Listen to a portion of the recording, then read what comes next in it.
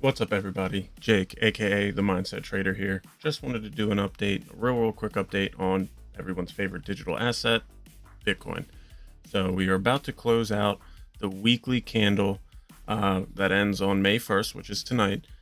We also just painted a new monthly candle for Bitcoin, so we'll be going over that as well. And I also want to discuss where I think Bitcoin could be going throughout this week. So taking a look at Bitcoin here on the daily, we do see I did just draw this falling wedge here, which is actually more noticeable on the 4-hour.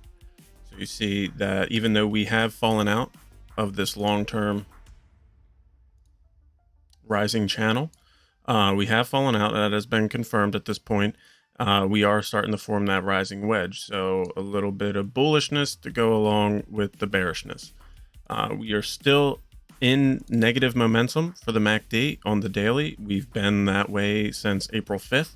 So almost a complete month of negative momentum, which has caused prices to go down to as low as around 37,600. Jumping into the weekly, you'll see that this candle will be closing in about 3 hours. Taking a look at it here, we're almost back down to the lows of March, the second week of March, and that negative momentum is starting to build. Something else to keep your eye on for the weekly is this RSI trend line. Honestly, I don't think we'll see a long-term reversal, at least on the weekly timescale, until we do break through this. We'll see what happens if we can even get close to tapping this. But as far as the weekly goes, it does look like if we close where we're at now, we are seeing a little bit of pump going on now at Bitcoin sitting at 38.2. But if we get a close below 37.6, no doubt in my mind, we will be going back down to around 36,500. Well, let's go ahead and jump right back into the daily. You see it's respecting this falling wedge pretty nicely. Honestly, for the daily, what I'd be looking for is going to be trying to get back up inside this channel. We do not want to spend too much time below this demand line, just because the longer we spend below this demand line, the higher the probability is we're going to see 36,450, and that's just how it is. And we also don't want to break the short-term trend line that we see here with the rising wedge, which looks a little something like this. So it is respecting both the rising wedge and the long-term channel that we've been in.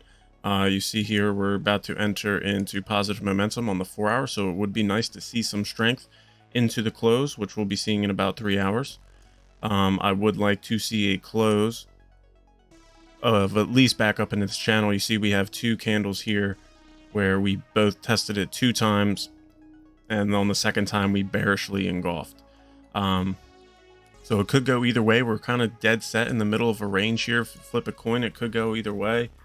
But long term, I know that this asset is going to be following the indexes, which is pretty important. If you care about Bitcoin right now, then you care about the stock indexes like the SPY and the NASDAQ and the Dow Jones. Those things are basically controlling Bitcoin's price action, sort of. If you paid attention to the stock market last week, you see that there was a massive sell-off, and whenever that happens in the market, Bitcoin just doesn't get the bids. So I don't expect Bitcoin to begin a significant rally until the stock market stops bleeding out. Right now, if you want, I will be posting a video on why you should care about the SPY and the effect that it has on Bitcoin tonight as well. So you'll be able to take a look at that on my channel. So in the comments, let me know below what you guys think Bitcoin will end this week. Just based on the daily, it's going to depend on when we break out of this falling wedge. So if we do break out of this falling wedge, price target would be fairly easy to calculate. You just measure from the low touch to the high touch, from the demand line to the supply line, and when we break out, you could see a prices around 43,000. That's if it breaks out, and also if the stock market doesn't tank once again this week, which it looks like it might. So let me know what you guys think in the comments below. If you like technical analysis and you enjoy seeing me do breakdowns and analysis of stocks, crypto, Drop a like, subscribe to the channel, and in the comments below, let me know if you want to see any analysis of your favorite crypto, your favorite stocks. I love doing this stuff, so I'll be more than happy to take a look for anyone who's interested. So until next time, guys, don't forget to do something your future self will thank you for. And yeah, mindset matters.